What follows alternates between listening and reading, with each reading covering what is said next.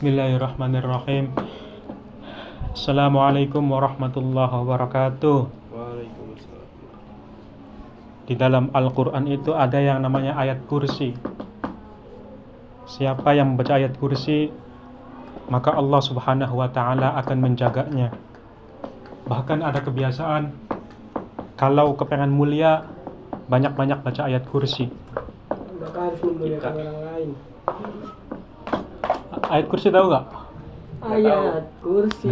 Ayat kursi. Meja. Allahu la ilaha illa huwal hayyul qayyum. Allah. Allah. Enggak, ini artinya.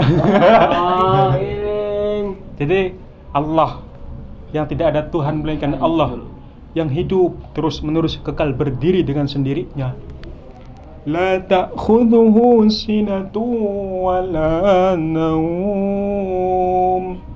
Allah tidak mengantuk apalagi tidur. Lahu ma fis samawati wa ma fil ard. Milik Allah segala apa yang ada di langit dan di bumi ini.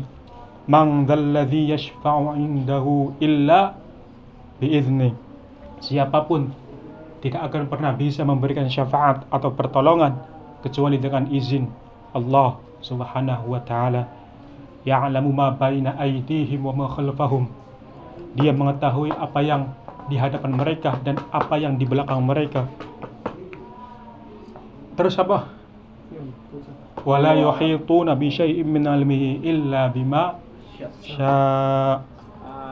Dan mereka tidak mengetahui sesuatu apapun tentang ilmunya melainkan apa yang Allah kehendaki. Wasi'a kursiyyuhus samawati wal ard. Kursinya Allah meliputi langit dan bumi. Wala ya'udu hifdzuhuma.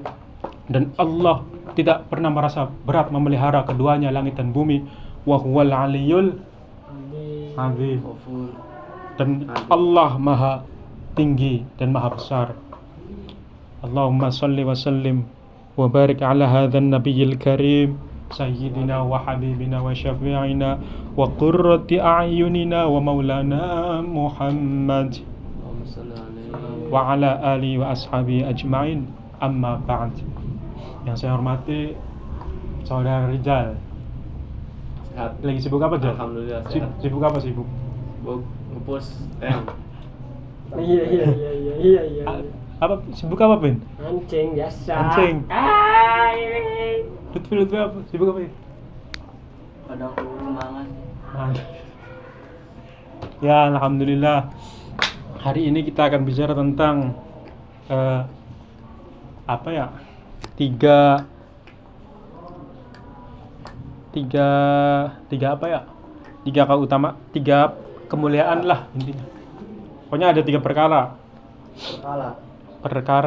Yang pertama, siapa yang melakukan maksiat, siapa yang meninggalkan maksiat, maka Allah subhanahu wa ta'ala akan memberikan nya 900 derajat. Yang kedua, yang kedua, siapa yang melakukan ibadah, maka Allah akan memberikan 600 derajat. Kemudian yang ketiga, siapa yang menerima ujian hidup dari Allah subhanahu wa ta'ala dengan ikhlas, maka Allah akan berikan 300 derajat. Yang pertama, masalah ibadah. Maksiat. Ya, ibadah dulu lah keterangannya. Yang pertama, ibadah. Kenapa seseorang itu berat untuk melakukan ibadah? Jawabannya cuma satu, karena seseorang itu menjadikan ibadah itu berat dalam kehidupannya. Padahal kalau dianggap enteng, maka akan enteng. Begitu juga di dalam hidup. Hidup akan menjadi mudah dan ringan ketika kita menganggapnya mudah dan ringan. Dan hidup akan menjadi ribet ketika kita menganggapnya ribet yang luar biasa. Yang kedua, maksiat. Ketika seseorang melakukan maksiat, maka cahaya di sisi Allah itu akan padam dan engkau tidak akan pernah terlihat. Dan yang ketiga,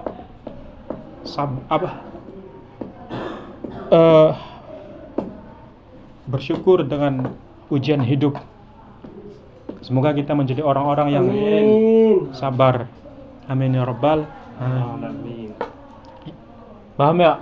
Insyaallah. Terus yang terakhir, ketika kita dihina, ketika kita dicaci maki, ketika kita dikata-katain yang buruk, sebaiknya apa yang dilakukan? Hah? Mukul banget. Sebaiknya apa yang dilakukan? Mukul. Dari Jokowi. Mukul. Apapun. Dengan yang baik aja kan. Waduh. Bagus. Apa, Bu? Tetel. Hah? Tetel. Ini kejam temen ya anjing. Ya, jadi ketika kita dihina, ketika kita dicaci maki, ketika kita dikata-katain yang buruk, Kita tetel. balasannya adalah apa? Cukup diamkan saja. Adil temen. Letak keadilannya di mana? Gak tahu. Dosa kamu dihapus, diambil sama dia ngapusin dosa-dosa kamu gak perlu minta ampun atas dosa-dosa kamu. Adil gak? Enggak. Tapi susah ya prakteknya ya? Enggak, Wis sisa maning dong kan. Hah? Mudah. Mudah. Coba contoh. Ayo ngina kita. Mengeri dosa hilang.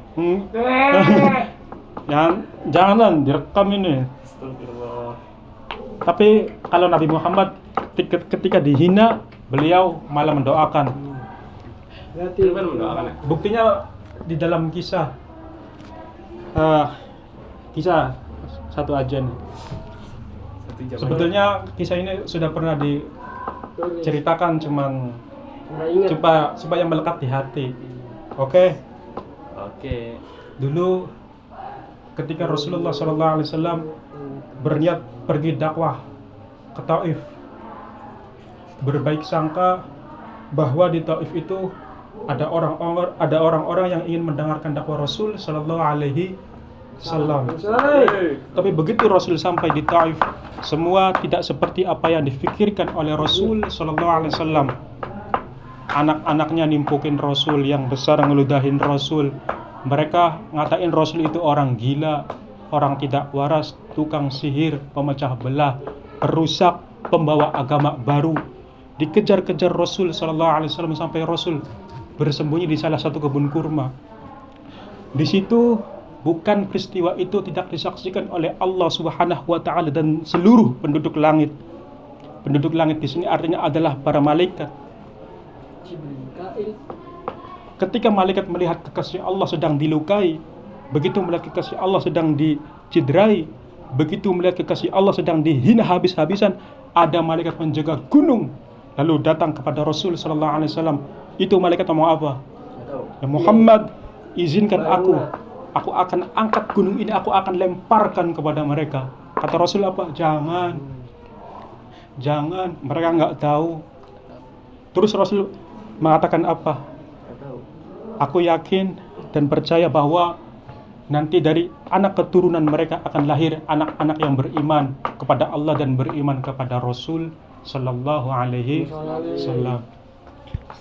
Ya, semoga apa yang disampaikan ini ada manfaatnya. Amin. Karena al-ilmu bila amalin kasyajari bila thamarin.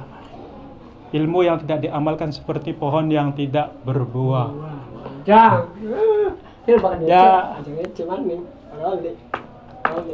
Meskipun ilmunya sedikit, tapi ketika diamalkan Lebih baik daripada ilmunya banyak tapi tidak diamalkan. Ya, paham ya? Itu saja. Oh. Itu saja yang dapat saya sampaikan. Usikum wa nafsi bitaqallah. Assalamualaikum warahmatullahi wabarakatuh.